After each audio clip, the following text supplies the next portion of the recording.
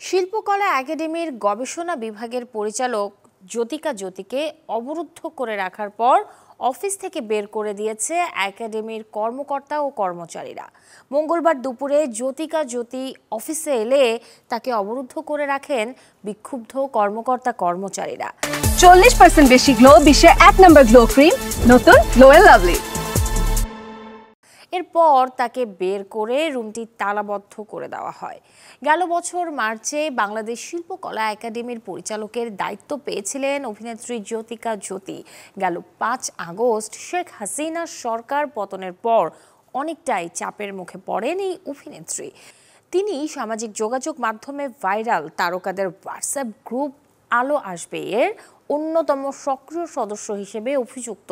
তবে শিল্পকলা ইস্যুতে জ্যোতিকা জ্যোতি ফেসবুক লাইভে এসে নিজের অবস্থান পরিষ্কার করেন।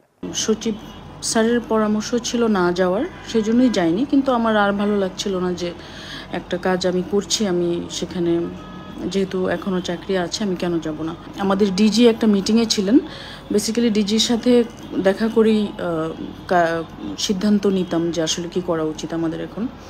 তো মিটিং যখন উনি আসলেন তখন উনি আসলেন, খবর পেলাম, তখন আমার রুম থেকে আমি যাব দেখা করতে। রুম থেকে বেরিয়ে লবিতে দেখছি যে প্রচুর লোকজন, শিল্পকলার একটা গ্রুপ।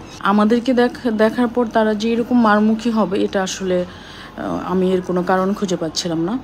তারপর সবাই যখন আমার রুমের সামনে আসলো, আমি তখন গোছগাছ করে, সচিব স্যার আমার সাথেই ছিলেন, উনি আমাকে এগিয়ে দিলেন এবং আমি আমার সব কিছু দেখালাম যে এই জিনিসপত্র এগুলো আমার পার্সোনাল বিলঙ্গিংস।